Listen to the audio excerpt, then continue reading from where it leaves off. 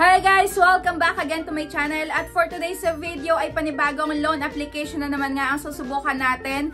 At dito, napakabongga dahil yung nakita ko sa may ads nila ay nagpapautang nga to ng 3,500 sa may unang, sa first time user at hanggang 50,000 pesos. At ang bongga dito, 180 days daw, so that is 5 to 6 months. So in 6 months, up to 1 taon mo siyang babayaran. At nakalagay sa kanilang ads ay no harassments of your contacts at no need for your profile. So dito Facebook profile siguro ang tinutukoy nila. At 1 day lang. At eto, get an emergency loan easily within 1 day. So same day ang process, same day din ang approval. Well, malalaman natin kung maganda itong ino-offer na to. Kaya subukan natin at panoorin nyo yung video na to hanggang dulo dahil baka ito na yung makatulong sa atin na nangangailangan din at in the future kung tayo ay mangailangan. So ayun nga, simulan na natin. Pero syempre, kung bago ka pa lang dito sa aking YouTube channel ay huwag mong kalimutang mag-subscribe at pindutin mo na din yung notification bell para lagi kang maging updated sa mga next uploads ko. At sumali ka na din sa aking GCash giveaway every month yan. At sa aking dalawang cellphone giveaway for the month of December. Kung paano sumali, kailangan lagi ka lang updated sa mga ina-upload ko dito sa YouTube. At huwag mo kong kalimutang i-PM sa aking Facebook page. At shoutout nga pala dito sa mga nanonood sa akin at sa mga early bird din. Nakaka-upload ko pa lang ay andyan agad kayo. So thank you so much sa lahat ng mga sumusuporta sa akin. So ayun, maraming salamat sa inyo. At God bless you all.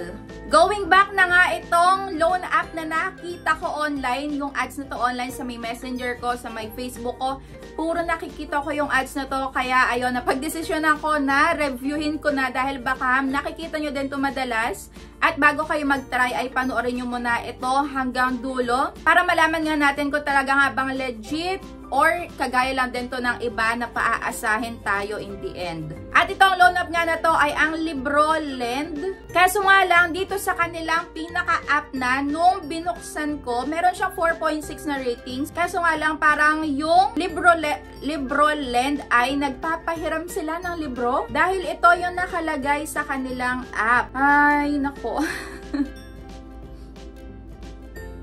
Pero, sige, check pa din natin dahil baka pag in-install natin ay pautangan na pala to. At dito sa kanilang details, wala ako nakitang kahit na anong about sa may pagpapautang ng pera. So, sige, get na natin. Okay. So, eto na yung lumabas sa kanilang pinaka-homepage. So, legit nga na nagpapautang sila at hindi lang sila nagpapahiram ng libro. So, parang hindi lang nila nabago yung details dun sa kanilang pinaka-application na ino-offer nila. So, dati libro pinapautang, ngayon ay pera na. Sige, dito, ang pwede daw nating ma-loan is 1,500. Pwede daw tayo dito makapag-loan ng 1.5 million up to 8 million. Nalulula ako dito. Ayan, check nyo na lang din. At yung loan term limit is from 91 days up to 120 days. At yung interest is 10 to 15% per year. At yung procedure fee at transaction fee ay 0 lang. Nakakaloka tong LibroLend. Pero dito nga sa loan amount, pwedeng 3,500, 5,000, saka 10,000. Pero nakalock pa yon. Siguro pagka pangalawang loan na, pwede na sa atin itong i-offer. Okay, sige, mag-login muna tayo dito. Lagi na lang akong pinapaasa ng app na to. So, ayan na nga. Ito na naman yung lumabas. Iba na naman yung lumabas. At ito nga ay Honey Loan. Napakadaming, kung saan-saan ko nakikita itong Honey Loan na to. Nung nakaraan sa A-Wallet. So, itong Honey Loan nakapaloob doon sa may A-Wallet na yun. Tapos, ito namang LibroLend. Ang nasa loob din niya ay si Honey Loan. At meron tayo ditong pwedeng ma-loan na 5,000 pesos. At ang interest rate daily ay 0.05%. At nung in-apply ko na, eto na yung pinaka-lumabas, eto na yung pinaka-loan details, at pagka i-confirm natin to ay papasok na sa ating account ang ilo-loan natin. Sige, check natin kung papasok nga dahil in-offeran nila ako ng 3,000 pesos, pero ang handling fee, sabi dito kanina wala daw ganito.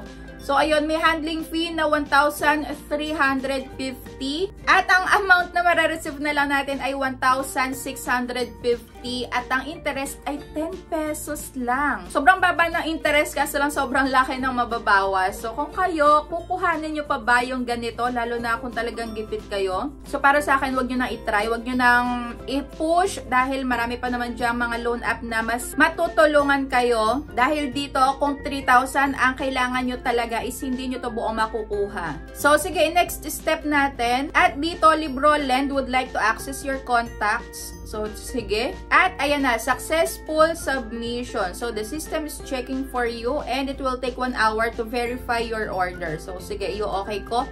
At ako nga ay naka-under review na. At ito ay 7 days lang talaga. Hindi totoo yung 121 days na yon na pagbabayad. At ayan, under review ako dito. So, hindi ko nga pala sa inyo napakita yung process ko dito dahil dati nakapag-apply na ako sa Honey Loan at nag-reflect dito. O, diba? Hindi totoo yung mga deletion of accounts or account cancellation sa mga loan app dahil pagka nag-apply ka ulit sa My or nag-login ka, kusa nang magre-reflect yung mga itinype natin. So, ayan dito, meron na akong details sa bank card information.